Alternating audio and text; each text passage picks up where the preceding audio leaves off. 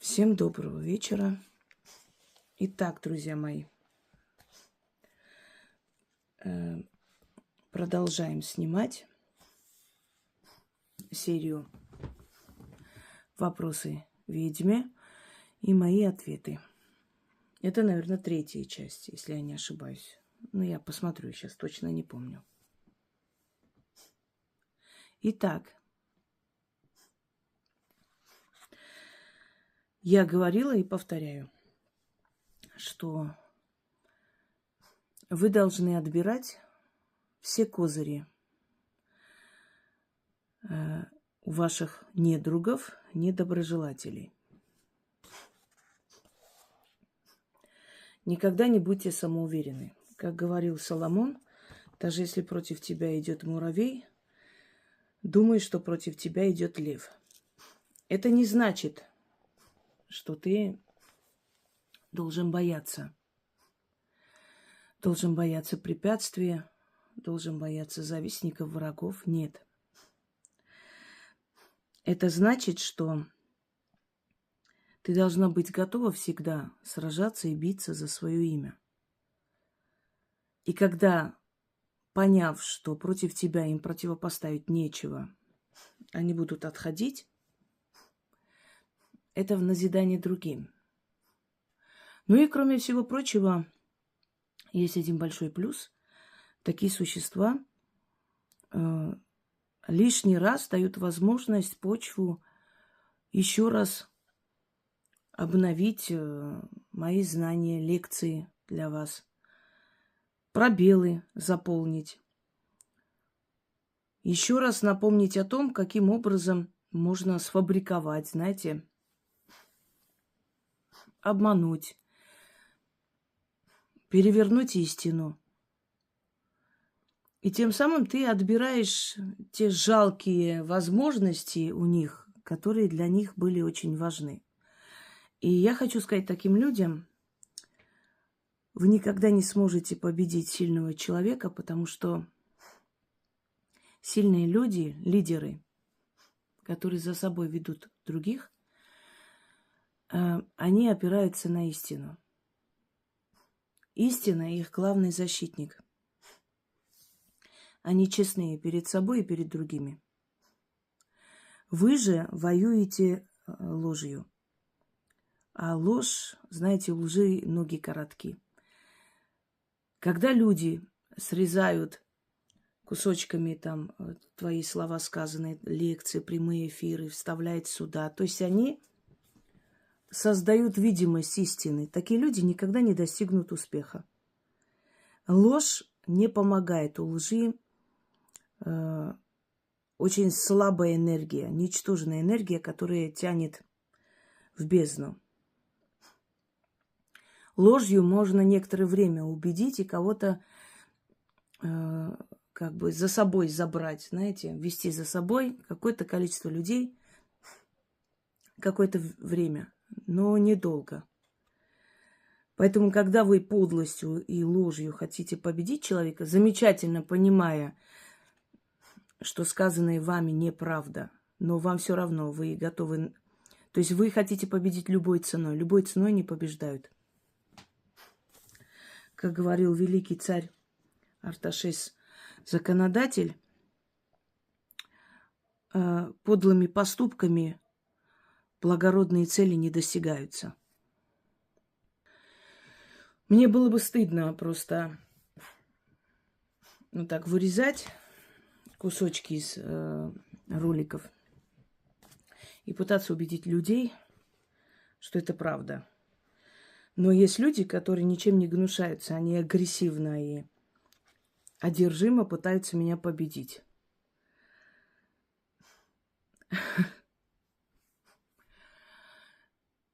И они пришли не за правдой.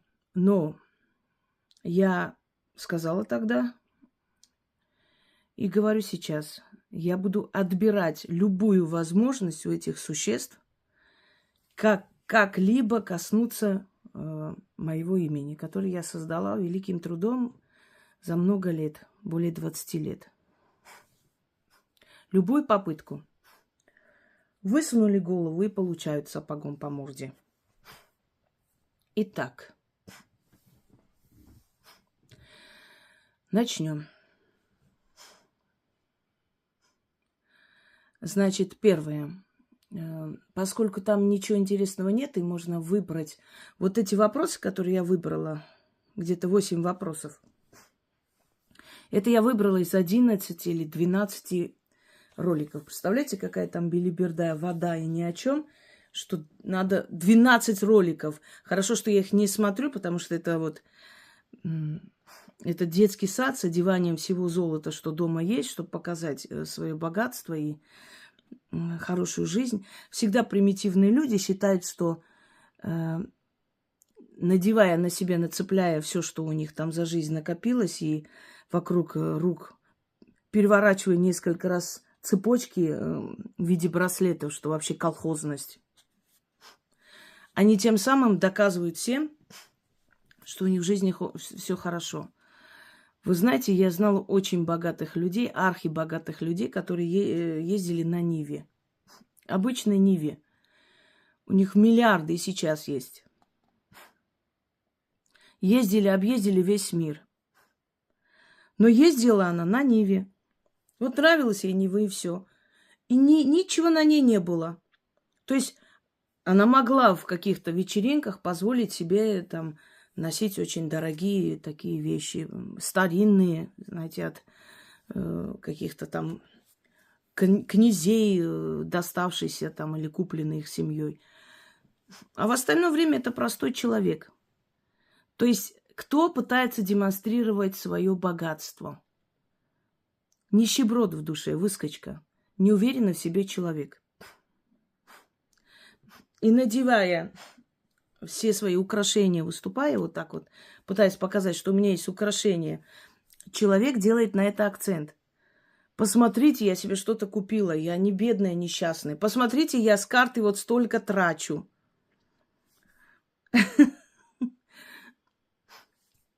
Нищебродство. Я знала человека, который купил спортивку, причем мы ему помогли устроиться на работу, на хлеб не было денег. Помогали, а потом вдруг так получилось, что его заприметил человек, он стал водителем очень такого крутого шишки. А потом дальше, ну вот он послушный, работающий, да, ничего не могу сказать, работящий парень.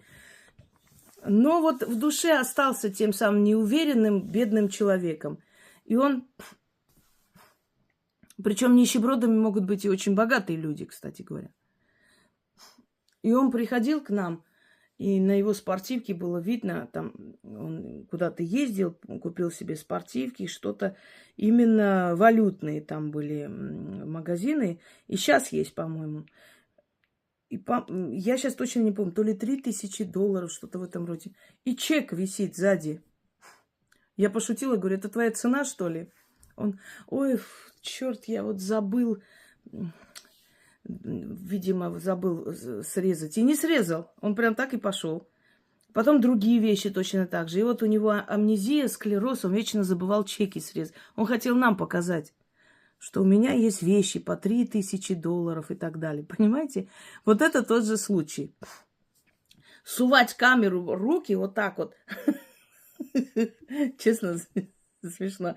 Даже жалко отчасти, правда жалко.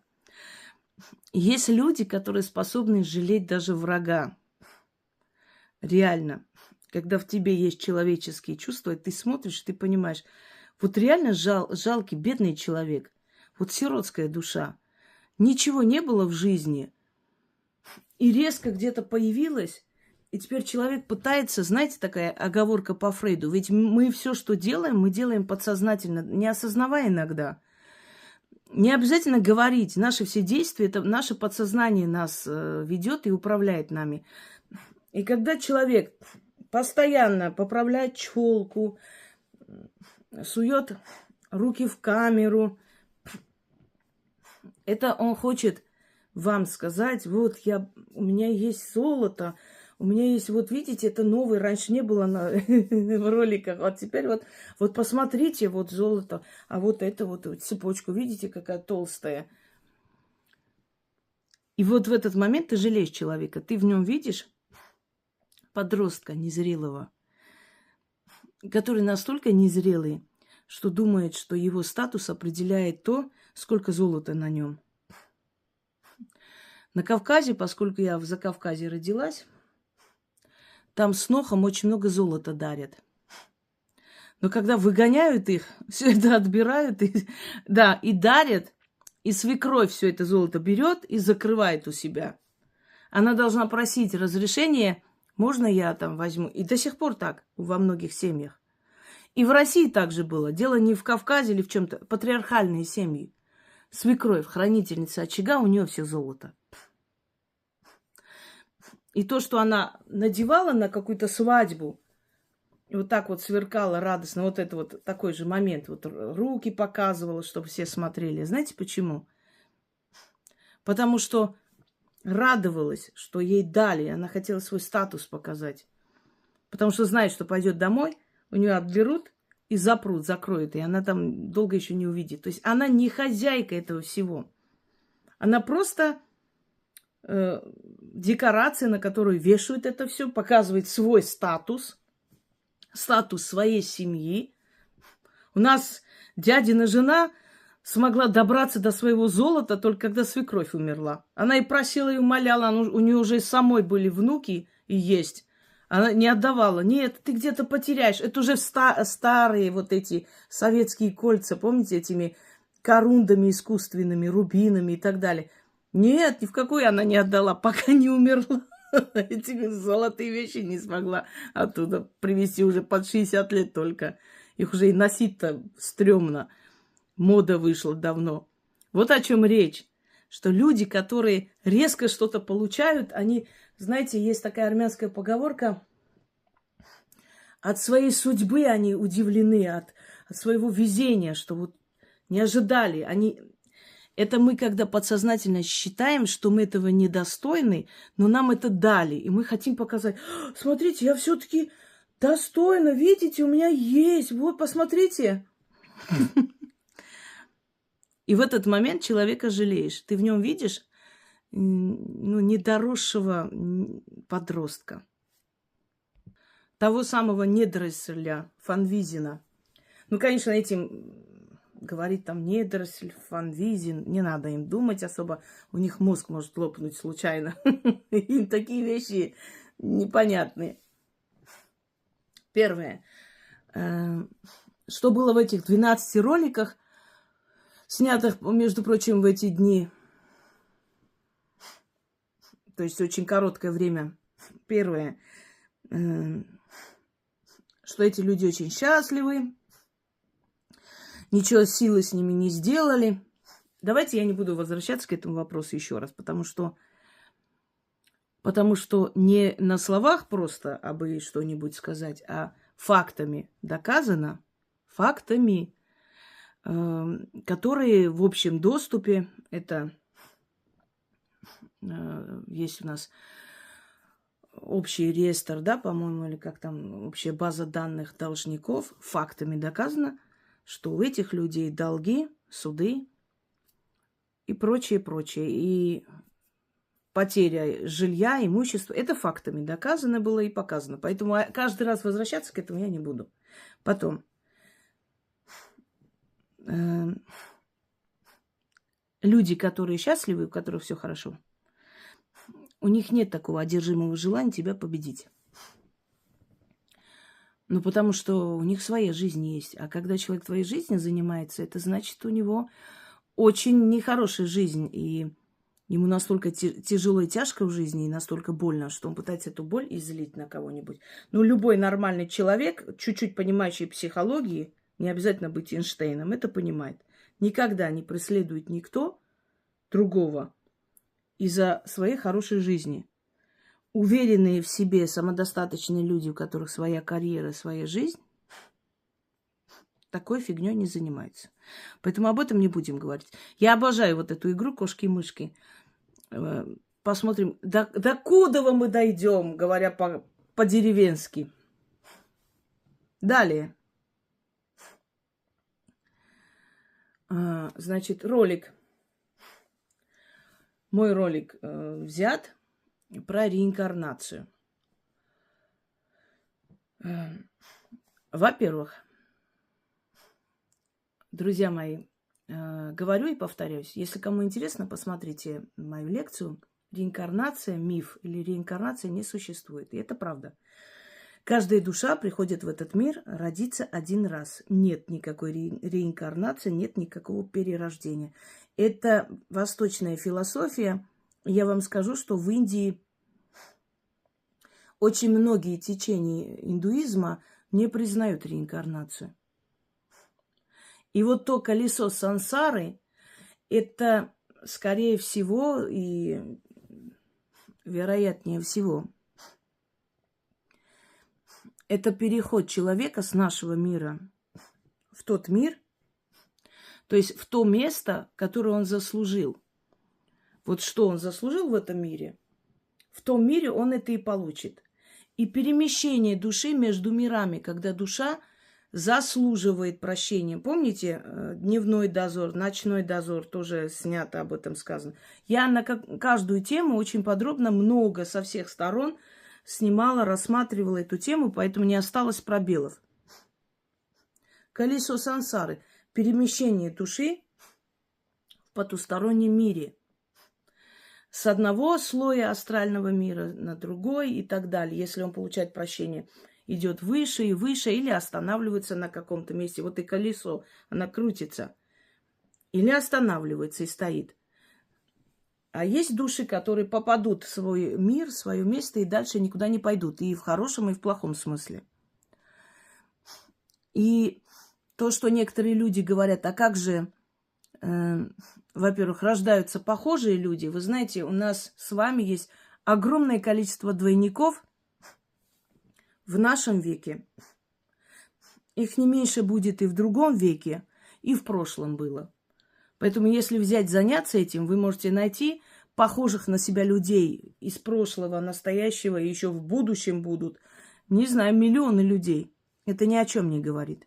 Далее, некоторые говорят, приводят пример, а вот память. Вот человек знает этот дом, этих людей, происшествия. Ничего удивительного. Подселение существует. И когда то есть внутри человека есть подселение, чужая душа, конечно, дает ему информацию о своей жизни, которая у него была до того, как он умер. Но эту тему мы сейчас широко не будем раскрывать. И там я привожу слова профессора Николая Бехтерева. Между прочим, его внучка Наталья Бехтерева, да, она возглавляла Институт мозга. И она изучала вопрос магии, ведьм, очень умная была женщина. Я привожу слова Николая Бехтерева. Он говорит следующее. Я не могу доказать, но я знаю. Это говорит профессор, это говорит человек, который всю жизнь изучал мозг человека, сознание человека. То есть это не кто-то там, знаете ли, какой-то непонятный там гадальщик, который, ну, может быть, что-то сбрендил. Он сказал, я не могу доказать, но я знаю, что существует жизнь после смерти. И там эта жизнь обширна, бесконечна. Очень глубинно, очень богато и бесконечно. Я это знаю. Хотя я это вот, ну, и он имел в виду, фактами-то я не докажу, но я это знаю. Я к этому пришел. И вот этот ролик выставили и сказали, что я тут противоречу сама себе. То говорю, нет реинкарнации, а приводят там слова Бехтерева. Я не поняла смысл, если честно. Тупые люди тупо сражаются, это понятно, но зачем вы сами себя позорите? Тоже не понимаю. А в чем там противоречие? Во-первых, я привожу слова человека. Это не мои слова сказанные. Даже если бы я привела человека слова о реинкарнации, тоже я не противоречу, потому что я цитирую кого-то.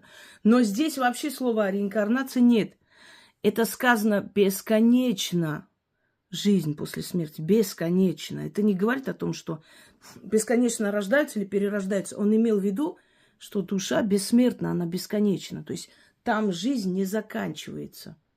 Где там противоречие? В чем? Вот знаете, разоблачая кого-либо, главное себя не разоблачи, потом на самого себя не выйди. Глупость большая, потому что в этом ролике ничего нету такого, что можно выставить и высмеять. Ничего. Никаких противоречий там нет. Следующее. Про дьявола, дьяволическое древо. Значит, ставят видеоролик про дьяволическое древо. Кому интересно, можете открыть, посмотреть. Кто такой дьявол? Дьявол – это сила во Вселенной, которая дает человеку талант и знания. Поэтому многих людей, талантливых, успешных, как казалось, сильных личностей подозревали в связи с дьяволом. Говорили, заключил договор. Примитивно, конечно, примитивно человеческий взгляд на очень глубинные вещи. И я в лекции «Дьяволическое древо» объясняю вам, кто такой дьявол, кто такой сатана, кто такой Люцифер. Это очень подробно и долго, я здесь говорить не буду. Кому интересно, древо дьявола. Открывайте древо дьявола, ведьмина изба, и слушайте внимательно. И вы поймете, что дьявола бояться не следует. Он к нам безразличен. Он никакие козни нам не строит, ничего не делает. В некоторых роликах, то есть ритуалах, приводится слово «дьявол» в отрицательном. Но это следуя, знаете, канонам, следуя законам магии, немного имеющей влияние христианского, вот этого, христианской философии. Но это магия, это заговоры. В заговорах, может быть, различные термины могут приводиться. Они могут быть созданы на основе различных направлений, и они по-разному деформировались за века и так далее. Это не то. А вот именно узнать, кто он есть. С одной стороны, он темная сила Вселенной, темная часть.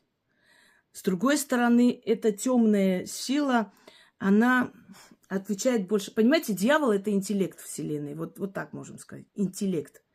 Это ключник, хранитель знаний Вселенной. Вот он.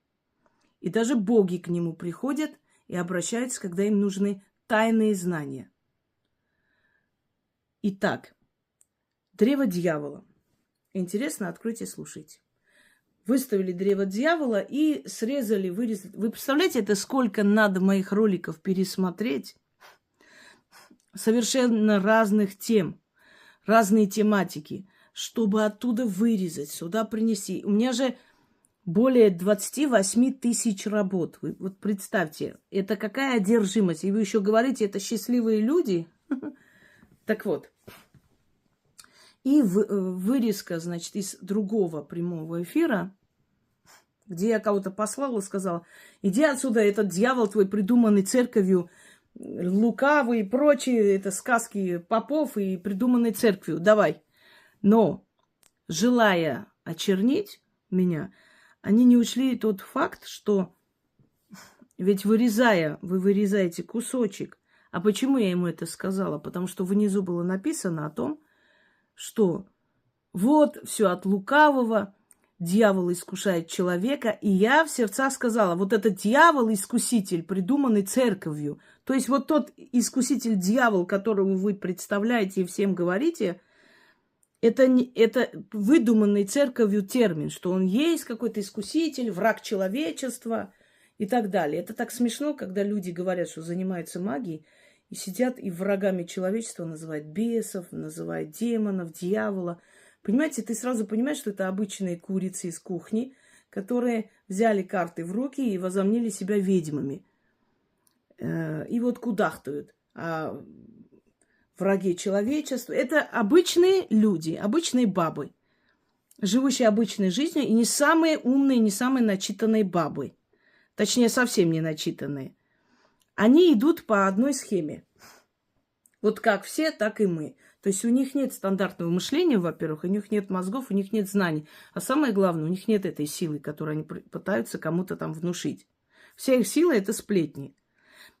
И вот в этот момент совершенно из другого ролика, из другого прямого эфира взятый момент, когда человек меня вывел со своими искуситель дьявол. Я сказала, это все придумано вашей церковью. Это дьявол, искуситель и так далее. Я не имела в виду, что дьявол придуман церковью. Я сказала, что вот то, что ты пишешь, эту ерунду, это придумала церковь. Я и сейчас это говорю, что тот самый дьявол-искуситель и прочее выдумано церковью, выдумано Библией для того, чтобы отвести от Яхвы подозрений. Но мы об этом уже говорили, у меня очень много видеороликов. Можете посмотреть лекцию, например, Яхве, нелюбимый сын Арамазда. Или несчастный сын Арамазда, да. Там все это сказано. Смонтировали, один к другому представили. Молодцы, очень хорошо. И что? Я просто не вижу восторженных криков, желающих бежать к вам людей. Вот это не видно. И самое смешное, как бы вы ни писали сами себе смс-ки из своих левых аккаунтов о моих страшных ритуалах, все мы знаем, что это ваши фейковые каналы. И самый интересный вопрос. Почему на Хосроеву все нападают, а на других нет? Потому что другие фигня фигней, а Хосроева личность, у нее есть что своровать. Ей есть зачем завидовать, а нападают всегда на лучших. Если вы думаете, что враги есть у плохих людей, значит, вы несчастные примитивные приматы. Враги есть у хороших людей, у лучших людей враги. Если тебя ненавидят, значит, ты лучше них. Не знали об этом? Говорю же, кухонные курицы с примитивным мозгом. Раз с тобой кто-то враждует, значит, ты плохая. Как жаль вас. У вас даже интеллект, знаете, не первоклашки, а ниже. Давайте дальше. Узелок. Обсуждение моего ритуала, который вчера выставила. Ведьмин котел. Значит, профессор магии считает, что узелком заканчивается работа, а не начинается. Вы знаете, Конфуций сказал, если с утра начать спорить с дураком, то к вечеру уже будет два дурака. Так вот, с дураками не спорят, особенно с теми дураками, у которых за плечами 7 классов школьного коридора. Узелковая магия, она разная, разнообразная. Иногда узелки завязываются, привязывают к руке человека и начитывает что-то. После чего, когда возвращается назад человек, вот этот узелок уже на себя взял, всякие там сглазы, все плохое, всю черноту, его срывают и просто сжигают. То есть заканчивается работа не завязанным узелков, а сжиганием этих узелков. Дальше.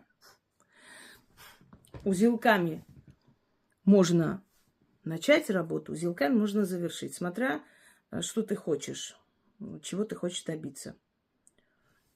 В магии очень много разнообразия и очень много направлений. Поэтому говорить, что узелком заканчивается работа, может говорить только идиот. А как насчет того, что связывают друг с другом несколько различных нитей, вот завязали, значит, и перед тем, как подкинуть, что-то начитали и кинули. Ведь закончилось не узелком, а началось узелком, а закончилось заговором. Вот последуем все-таки совету Конфуция. С дураком спорить не будем. Узелком начинается и заканчивается, и как угодно проводится работа.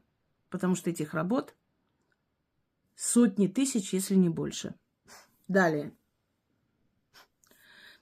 Когда люди идут на кладбище, по древним поверьям нужно полотенца или платки завязать между собой. Завязываешь. Видишь, узелками не заканчивается, а только начинается ритуал. Завязали эти платки и кладут куда-нибудь в сумку или в пакет, или там в карман, и идут на кладбище во время похорон. Когда возвращаются, эти узелки дома распускают. То есть завязали свою энергию на узелок, чтобы оно никуда не делось, чтобы это защита. Возвращаются, раскрывают все. Вот теперь моя энергия свободна, а там она должна быть закрыта от темных сил. Таким образом, закрывали, потому что духи видят по-другому, чем люди. Они не видят, как мы с вами. Вот два предмета, вот два человека. Это мир духов. У них свои законы, у нас свои. И закрывая в узелок свою энергию, человек не дает никому эту энергию использовать себе во благо и ему во вред. Вот отсюда и узелковая магия, собственно говоря, началась. Завязывая узелок, вот эту красную нить, на запястье ребенка или себе, человек связал свою энергию, не дав ему никуда уйти. И когда он уже вернулся, он это уже или, распустил, если это возможно, или сжег. То есть уничтожил этот узелок, тем самым освободив свою энергию, дав волю своей энергии. Поэтому узелковая магия, она очень разнообразна. И не имея мозгов, даже меньше, чем у курицы, не стоит об этом рассуждать. Следующее. Вот мы завязываем узелки, как круг, 4 узелка. Собираем эту темную энергию. И это нужно бросить, пока кипит вот это зелье, начитывая, это ведьмин котел. После выносим это, выливаем, а этот узелок храним дома в таком месте, чтобы никто не видел. И его хватает на некоторое время, пока она свою энергию, силу не потеряет, и надо будет, его повторить. Здесь дама сравнивает это все равно, как вы платочек опустите в дерьмо свое, потом сохраните дома. Еще раз говорю, взгляд обычной кухонной бабы и взгляд ведьмы, и магия, и обычная жизнь – это разные вещи. В тонком плане все намного по-другому, чем в нашей жизни. Смотрите, в магии вуду иногда части тел животных, заговоренных, можно хранить дома. По сути, это некросила, да, некромагия, некротика. То есть это связь с миром мертвых. Иногда хранятся, приносят, например, из могилы что-то начитанное из могилы человека, хранят дома как защиту. Люди хранят, например, это худу, уже смесь католицизма, магии перуанских индийцев и африканский культ вуду. Вот это все худу называется. Их великое множество. Испанские поверья, католицизм, вуду, местные какие-то там знания, философии и так далее. Все вместе, сантерея. Их огромное количество. И вот, например, в ритуалах худу можно хранить вещи умершего человека, положить их под подушку свою, спать, если ты боишься. И этот мертвец никого не пустит к тебе. Смотря какая у тебя энергия, и какой ритуал, и какую работу можно подобрать именно к тебе, что тебе поможет, не навредит, это определяет мастер. Это определяет практик, знающий человек. И доверять человеку, который много лет помогал своими ритуалами, можно. Почему? Потому что вы знаете. Всегда нужно доверять тому человеку, который вы знаете, и чьи работы не раз приносили хороший результат. Согласны? Человек, который говорит, я самая крутая, вот я ничего не буду показывать, но верьте мне, этому человеку верить можно. Но если вы дураки, можете верить. Почему? Ну, потому что если человек никак не доказал свою профпригодность, скажем так, навряд ли я пойду к врачу, о котором никто никогда не слышал.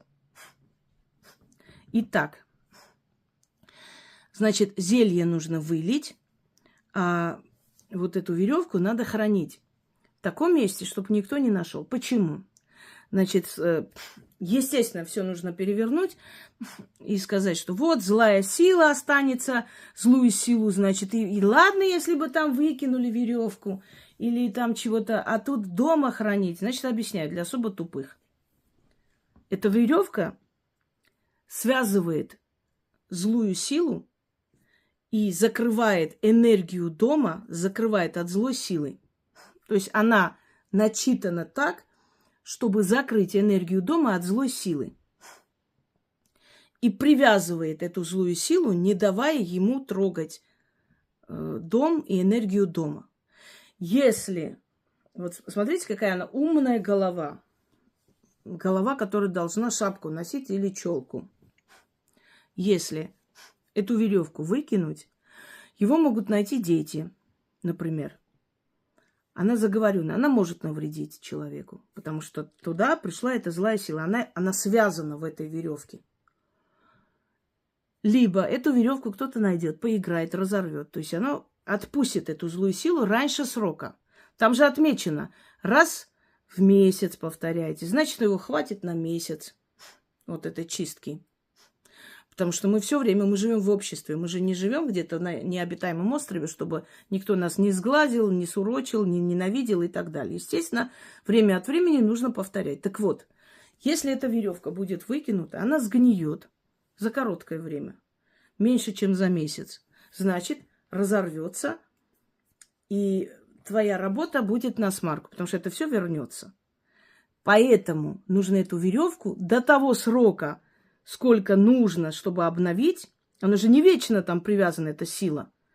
Она на месяц достаточно. После этого эта сила сама уже не подходит. Месяц нужно его держать на привязи, чтобы он не подходил к дому, к энергии людей, которые там живут. Дальше оно исчезает, уходит, растворяется, разрушается в атмосфере, во Вселенной. Вот это злая энергия. Она закончилась. Вы можете и не повторить, этого достаточно, в принципе. Но если вы боитесь, если вы хотите постоянно чистить, то раз в месяц стоит.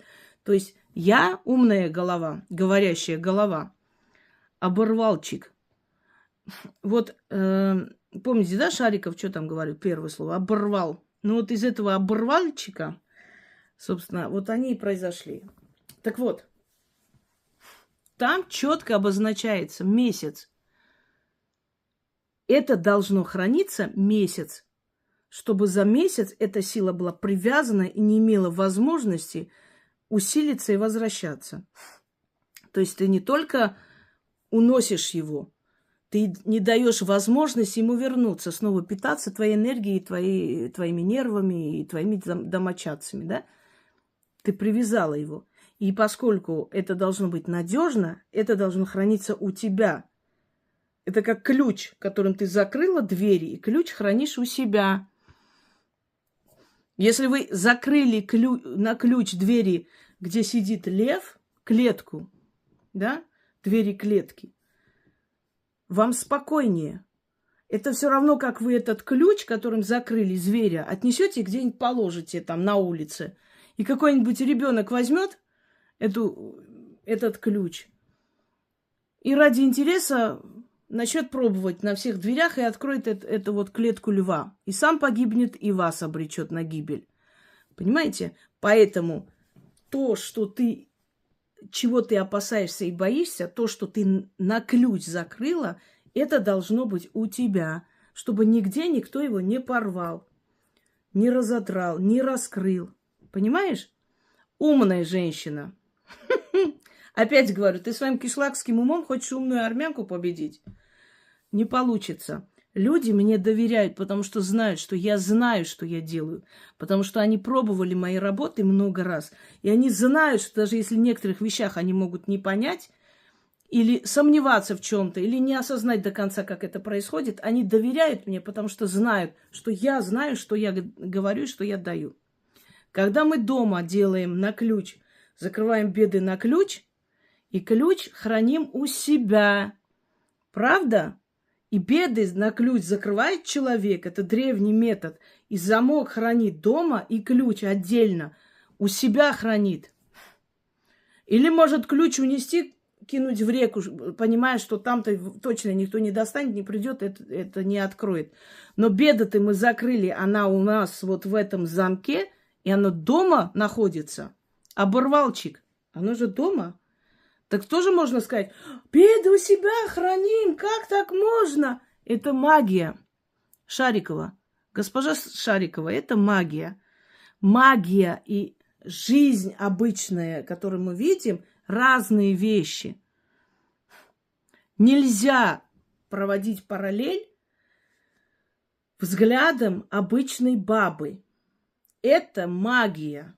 Для обычного человека раскрыть сердце и зашить грудную клетку – ужас ужасный. Но для врача это его работа. И он понимает, зачем он раскрывает клетку, зачем он потом зашивает. Потому что это медицина. Нельзя обычному человеку смотреть обычными глазами на медицину. Она наука, и там все, что есть, все имеет логическое объяснение.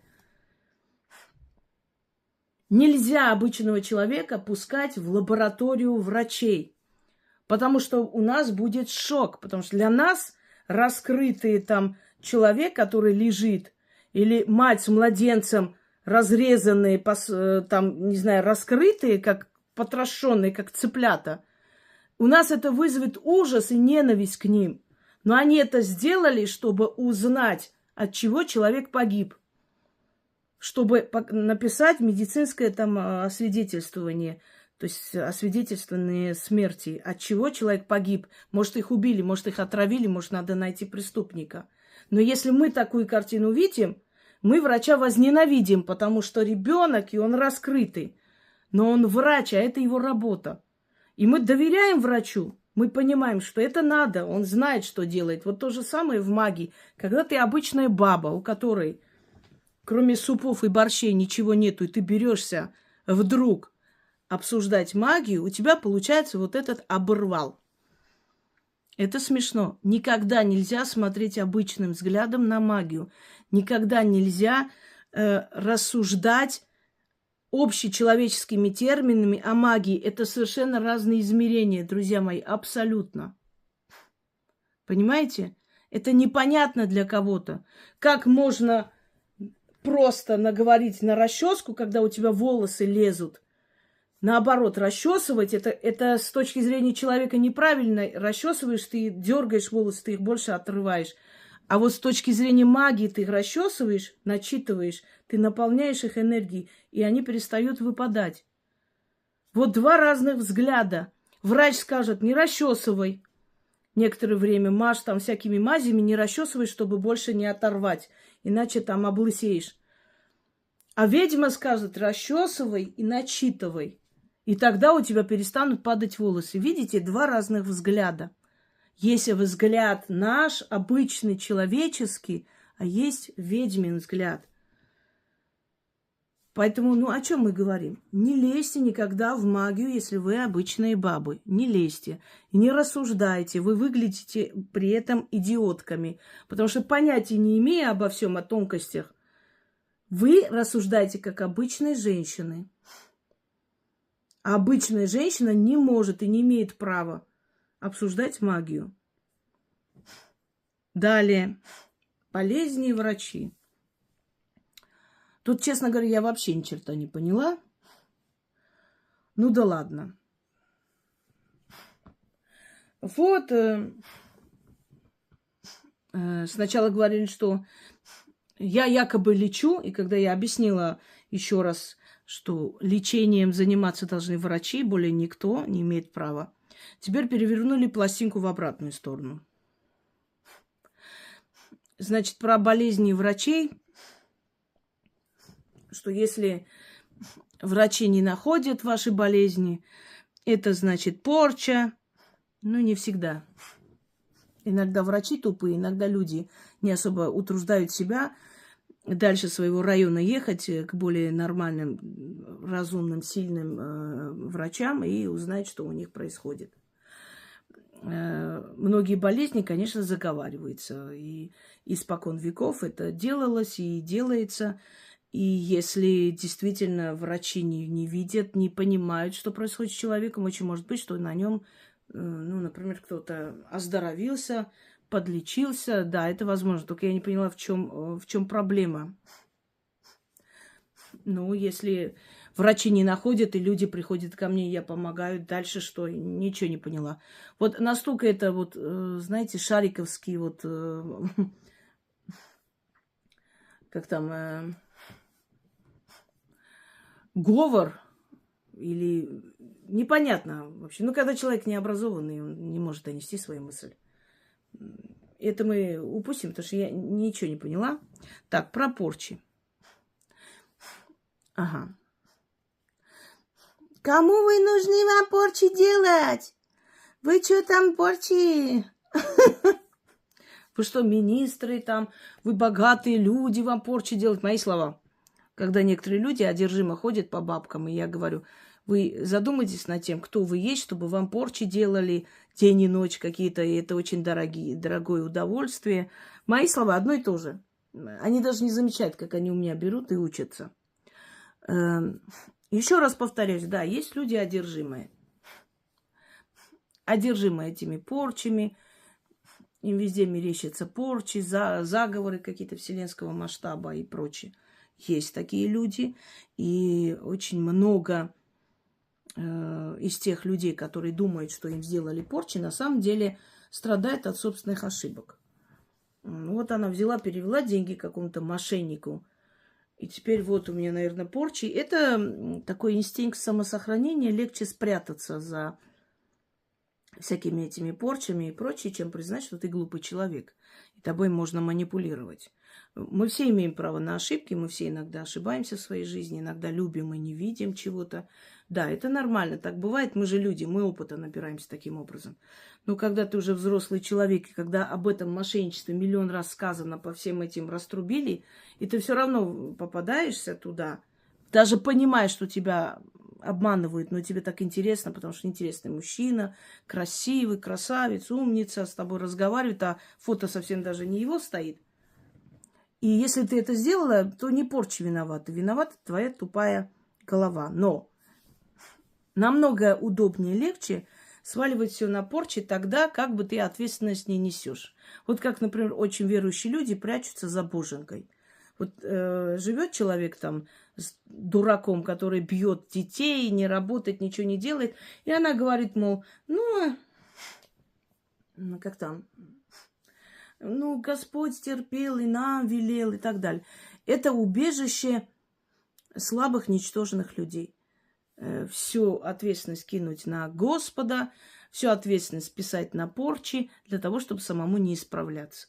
Есть такие люди, и я понимаю, да, существуют такие люди. Есть люди, которые ничего из себя не представляют, но им кажется, что им завидуют, что им делают порчи все вокруг и подряд. И об этом было сказано, что делающих порчи очень мало, сильных практиков очень мало. И опять же мои слова, что практики не возьмутся за это. Возьмутся. Если человек заслужил, возьмутся. Но осознанный практик это не сделает. Бывают такие люди, которые озлобились, и они возьмутся и сделают. И такие есть люди. У них тоже есть свое предназначение. Видимо, они делают, а мы снимаем. Но далее. Но есть на самом деле и вторая сторона медали, когда действительно человек не богат, там, не архибогат, у него нет там таких карьерных, каких-то карьерного роста и прочее, но ему завидуют и делают порчу, даже близкие люди. Потому что, знаете, иногда завидуют просто. Просто потому, что ты молода, просто потому, что ты умна, просто потому, что ты сильный человек и не ломаешься перед жизненными трудностями. Просто. И такое возможно. Так что вот так вот прям акцент делать на то, что никому никто порчи не делает, это все ерунда. И я вам скажу, что чтобы делать порчу человеку, не обязательно быть очень сильным практиком. Да, уничтожить, убить там и, скажем так, убрать из жизни, конечно же, можно. Но это нужно иметь силу и разрешение. Но когда человек призывает какие-то силы, чтобы отправить, наслать на другого человека, всегда найдутся низменные духи, которые придут и будут рады служить за что-то, за какой-то откуп, за что-то еще. Порчу прям такую сильную, чтобы сломать жизнь, это надо быть мастером, сильным мастером. Но чтобы немного попортить жизнь, для этого особым мастером быть не нужно. И, например, мои работы, которые приводятся, мол, вот вы делаете, вы что думаете, у вас работаете? Конечно, работают. Почему? Потому что это не порчи, это воздаяние. Это очень большая разница. Это не порчи врагам, это воздаяние. Если человеку сделали больно, и человек отпускает на волю свою боль, свою месть, и она идет и бьет. Вот поэтому оно получается. И для этого не надо быть практиком. Для этого надо просто умного практика слушать и делать, как сказано. Кстати, человек приводит один пример, что было сказано, я сделала такое проклятие, чтобы гроб за гробом выносили, а вот у нас все хорошо. Ну, начнем с того, что у тебя все хорошо быть не может, иначе ты бы сутками не сидела, не снимала про меня. Но гроб за гробом выносить, а кто тебе сказал, что это было про тебя сказано? Ты видела фотографии? Тебе показали, на кого это было начитано? На кого было начитано, милая моя Шарикова? У нее гроб за гробом вынесли. Друг за другом. Двух родителей не стало. Знаешь, почему их не стало? Потому что это они ей помогали выжить в этом мире. А для того, чтобы больше у нее не было ни подмоги, ни поддержки, гроб за гробом из ее семьи вынесли. Сначала мать, а потом отца. Поэтому давай не будем. Тетенька моя, вся укутанная в советское золото. Все получается. Все. Все, что делается. Просто во всем есть мера. Понимаешь? Иногда нужно дать возможность кому-то показать, как бы сказать, вот с помощью тебя, например, да, я вот эти пробелы все заполнила. Если вдруг у кого-то возникнут какие-то вопросы, сомнения, ведь такие, как ты, они рассчитывают на сомнения, переворачивая истину. Но зато смотри, какая интересная беседа. И многие люди, между прочим, говорят, что они очень рады и даже благодарны тебе за твои гавканье, потому что благодаря тебе я снимаю видеоролик, и очень много интересных моментов, которые я проясняю, о котором они, задумывались. Можно, конечно, сесть и снять такой видеоролик, вопросов там, обсудить эти все. Это понятно. Но никто не может так выявить пробелы. Пусть у меня отвлек. Так вот, когда зрители задают вопрос, они задают вопрос с уважением и желанием узнать то, что их волнует. А когда мои недруги пытаются очернить, они, конечно, все переворачивают и с более таким, знаете, полным лжи и дерьма эти вопросы звучат. Предъявы. И в этот момент намного яснее становится картина, что именно хотят использовать против тебя. И ты это проясняешь. Так что с этой стороны, конечно, я очень даже рада. Ты служи моему имени дальше. Поснимаю еще несколько роликов. Потом время от времени зайду, просмотрю внизу. Спасибо Ютубу, дали нам возможность твой омерзительный голос со страшным базарным акцентом не слушать, а просто прочитать. Поэтому продолжай. Что там еще было?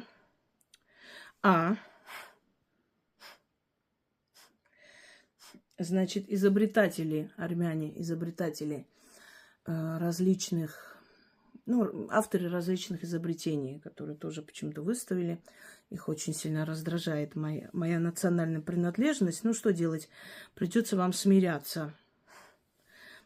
Придется вам смиряться, потому что пока ваши предки в шкурах сидели в пещерах, мои предки имели уже не первую, не вторую государственность. Ну, так получилось. Каждому свое. Поэтому не надо так сильно переживать. И не надо все время делать акцент на мою национальность. Ну, раз уж там так сильно вам надо, просто можете взять и пробить в гугле изобретатели армяне. Есть еще один такой момент. Вы знаете, не всегда настоящих изобретателей в Википедии выдает, то есть не всегда настоящие имена выдает, к сожалению. Это тоже присутствует, поэтому нужно из независимых источников смотреть и узнавать. Очень многие, например, русские изобретатели, да, они намеренно преданы забвению, и их изобретения приписаны другим людям. Но есть независимые источники, которые и в интернете в том числе есть. Можете набрать Армяне изобретатели, вот известные изобретатели армяне, и увидеть, кто они есть и что они изобрели. Смиряться вам надо. Я действительно представитель древней нации, невзирая на все минусы тех армян, которые находятся в Армении, которых я армянами-то вообще не считаю. В любом случае, если так сопоставить, конечно, вам со мной рядом даже не валялись вы. Так, дальше. И последнее. Девушка, ее зовут Сюзанна. Естественно, она отправила, когда голосовой, я-то это дело знаю полностью, мы же с ней общались, я знаю, о чем речь, о чем она говорит. Я видела фотографии этого человека, я знаю, о каком деле идет речь. Но когда люди отправляют свой голосовой, они же не должны всю свою подноготную сидеть и рассказывать. А у нее мужа действительно посадили. Посадили и дали ему 9 лет строгого режима за какое-то экономическое преступление. У нас, вы знаете, что, не только в нашей стране, в любой стране, если человек мешает, его, быстро найдут, как устранить. А этот человек очень упорный, он не хотел отдавать свое детище, свое дело. Ему предлагали купить за бесценок, потом предлагали еще что-то. Но он, видимо, вот просто упорный человек. Он решил, почему я должен вам отдать и так далее. И этот человек, я хочу вам сказать больше, я не думаю, что она обидится, если я скажу. Эта девушка замечательный человек. Она вышла за него, он вдовец, и у него 3 детей. Не от первого брака, неправильно будет. От первого, конечно, жена умерла. И через немало лет он нашел в себе силы все-таки создать 2-й раз семью. Когда его посадили, эти дети остались, конечно, с их матерью 2-й. Она замечательный человек. Мало кто, будучи молодой, не имея своего ребенка, вот она стала им матерью. И видно эта привязанность к ней, как они ее любят. То есть я хочу сказать, что характеристика этой семьи – это нормальные люди, это не рецидивист был какой-то или не понятно. Но просто человека надо было убрать в сторону. Он не согласился, у него нашли какие-то экономические преступления, и его уже закрыли. А мы знаем, что вырвать из лап этих органов человека – это просто практически невозможно. Тем более, если дали уже срок. Знаете почему? Потому что если человека оправдывают и освобождают, значит, вся работа прокурора и прочее на смарку. Они-то уже себе погоны и премии получили.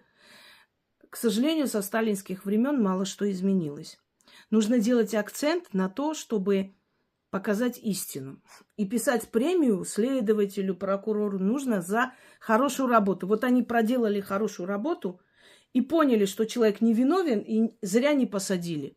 И за это им полагается премия. А у нас не так. У нас премия за то, что ты посадил. И любой работник органа это скажет. Поэтому, если у человека есть совесть, он живет как-нибудь в этой системе или уходит.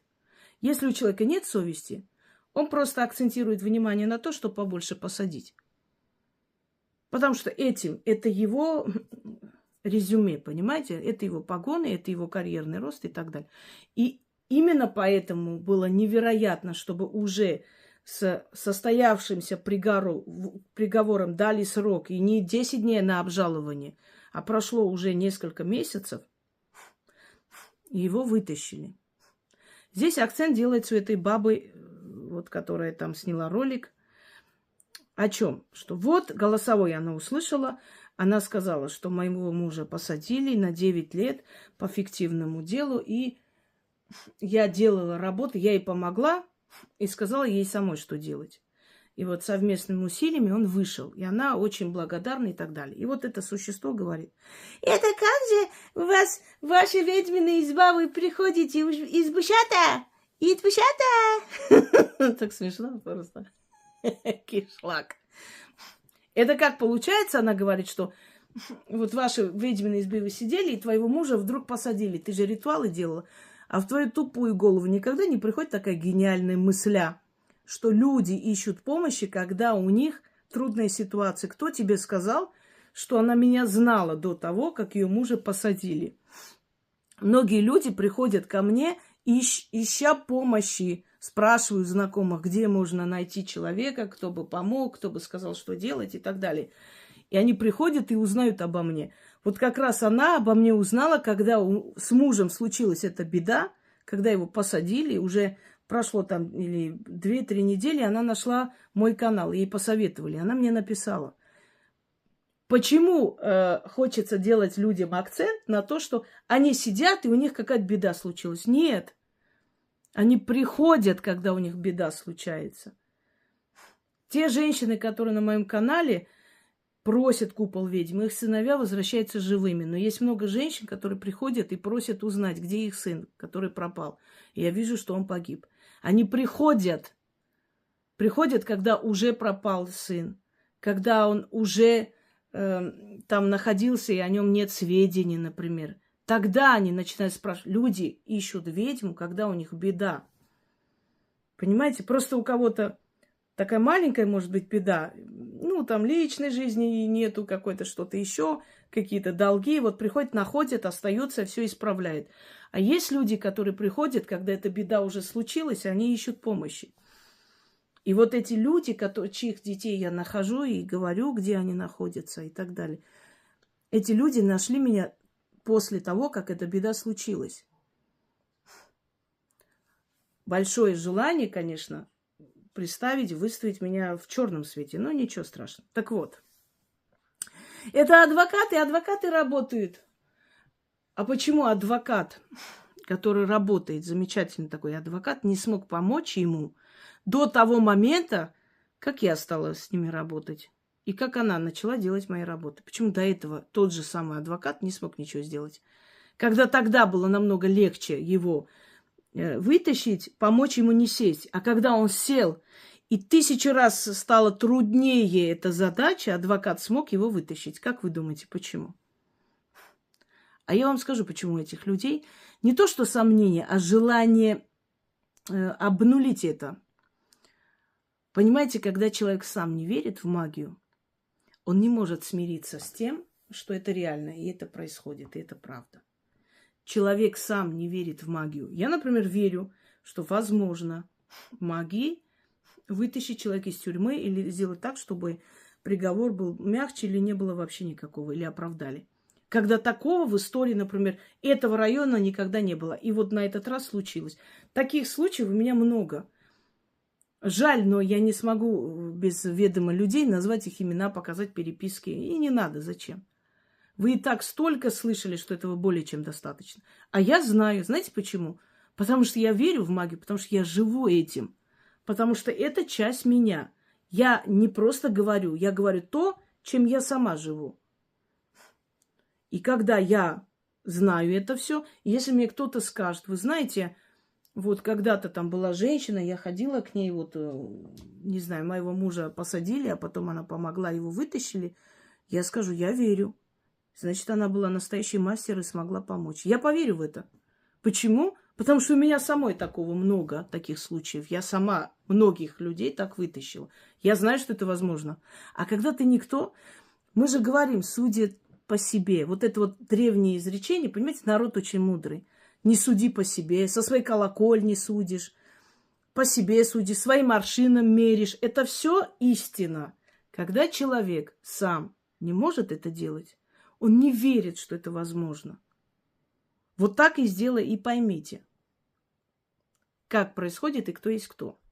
Но, Шарикова, ты можешь снимать дальше. Ты молодец, между прочим. Смотри, какие интересные темы мы с вами затронули сегодня. Оборвальчик, ты можешь снять дальше. Кстати, оборвальчиком тебя назвала Алина, а не я. Если что, это так, авторство признаю. Но мне понравилось. Очень к месту название. Снимайте, мадам Шарикова, дальше. А мы, когда снимете еще 50 роликов, мы из этих 50 роликов, может быть, несколько вопросов посмотрим. И эти пробелы заполним. Ну и, знаете, приятная беседа получается. Не так ли? Всем удачи!